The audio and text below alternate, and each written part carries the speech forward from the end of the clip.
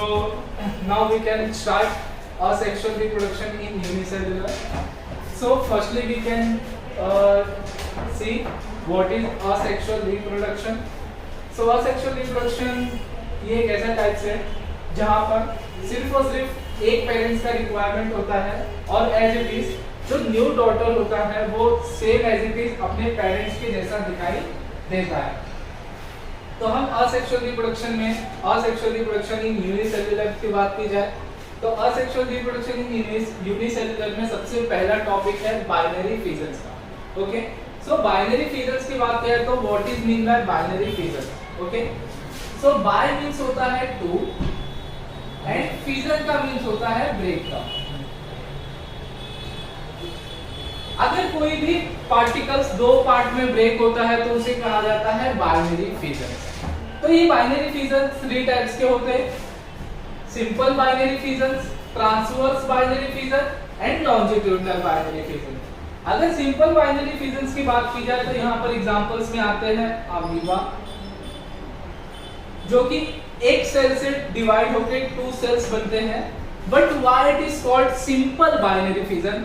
तो सिंपल्स का मीनिंग है कि जो हमारा अमीबा है वो एक्सिस के अकॉर्डिंग वो किसी भी एक्सिस से अपने आप को डिवाइड कर सकता है, उसके पास कोई भी लिमिटेशंस नहीं होते। इसीलिए हम अमीबा को सिंपल बाइनरी फिजन्स के रिप्रोडक्शन में स्टडी करते हैं। बट अगर हम बात करें ट्रांसवर्स बाइनरी फिजन्स की तो ट्रांसवर्स मींस होता है horizontal and it is always divided into two part into horizontal direction and example is paramotion. So transverse binary fission example is paramotion. Now we can proceed longitudinal. What is mean by longitudinal? So longitudinal का means होता है vertical. So Euglena always reproduce longitudinal binary fissions. It is always reproduced vertically, so it is known as the longitudinal binary fissions. Okay, so in longitudinal binary fissions we examples is Euglena. So everyone understand?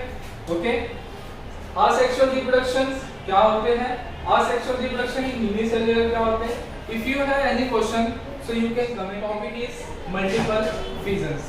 Okay, so why it is called as a multiple fission? तो multiple fissions की बात करें तो multiples means होता है more than two, it is known as multiple fissions. So in multiple fissions examples है again amoeba. So amoeba कैसे multiple fissions करता है उसके बारे में हम बताते हैं, ठीक है। तो मल्टीपल फिजन्स में एक्चुअली होता यह है कि जब भी ऑर्गेनिजम्स असेक्सुअल रिप्रोडक्शन करता है तो उनके पास दो कंडीशंस होते हैं। एक फेवरेबल कंडीशन जो उस कंडीशन में रह सकते हैं, अपना गुजारा कर सकते हैं, उसे कहा जाता है favourable condition. Second is unfavourable condition, जहां पर उनके रहना गुजारा ये सब मुश्किल हो जाती है, उसे कहा जाता है अनफेवरेबल कंडीशन। सो जिस टाइप का अनफेवरेबल कंडीशंस होता है दैट टाइम अमीबा अपने ऊपर एक लेयर फॉर्म करता है जिसका नाम होता है सिस्ट। वो सिस्ट की लेयर फॉर्म करके उसी के अंदर अपने आप को divide redivide redivide again redivide करते करते उस सिस्ट के अंदर बहुत सारे अमीबास क्या हो जाते हैं, आ जाते हैं।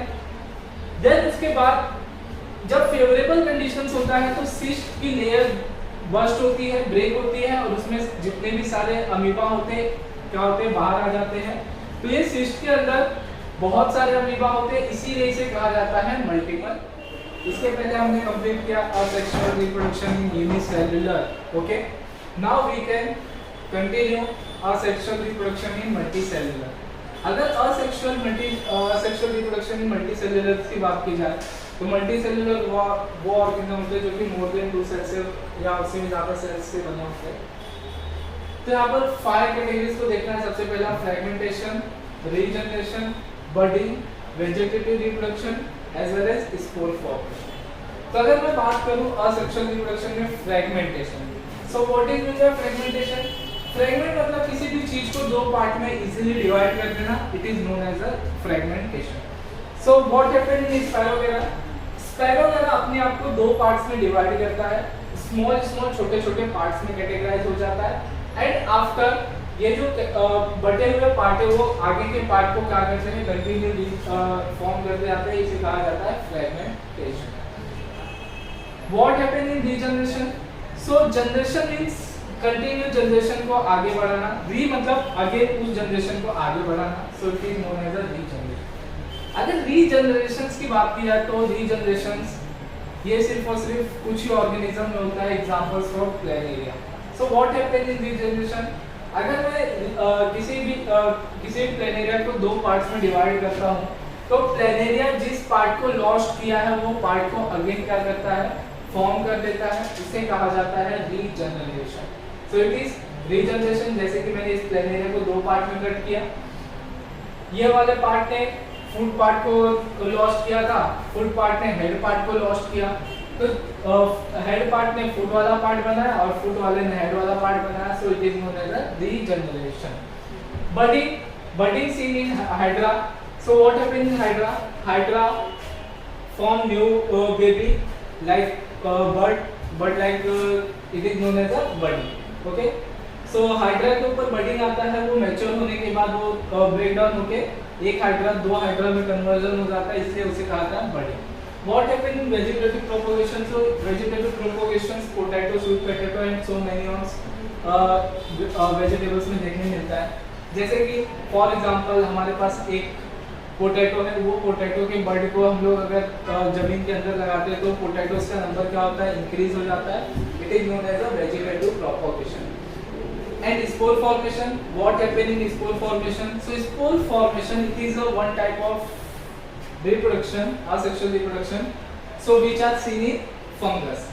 तो अगर हम फंगस की बात करें तो जैसे कि आपने देखा है ब्रेड खराब हो जाता है, थोड़े से ब्रेड खराब होने के बाद कुछ समय के बाद फंगस बहुत तेजी से बढ़ जाते हैं। तो होता क्या है कि फंगस के पास, ये फंगस के स्ट्रक्चर है, फंगस के पास एक स्पोर्स होते हैं, ये spores same as it is seed जैसे होते हैं, लाइक आप फ्रूट के जितने सीड जहाँ जहाँ लगाओगे, जैसे अभी मैंने यहाँ पर मैंगो खाया, वो मैंगो के सीड को अगर मैं विलेज में कहीं गांव में जाके लगाऊंगा वहाँ पर भी ग्रो होगा, ऐसा नहीं कि मैं मुंबई की आम हूँ तो वहाँ पर ही ग्रो करूँगी, ऐसा नहीं। तो उसी तरीके से सेम फंगस में जो स्पोर बनते हैं वो स्पोर जितना दूर तक जाते हैं वो फंगस का ग्रोथ उतना तेजी से क्या होते जाता है, बढ़ते जाता है, तो इससे कहा जाता है स्पोर फॉर्मेशन। सो हमारा असेक्सुअल रिप्रोडक्शन यहाँ पर खत्म होता है। अगर बडिंग की बात किया तो बडिंग असेक्सुअल रिप्रोडक्शन मल्टीसेल्युलर में भी होता है और यूनिसेल्युलर में भी होता है। ओके।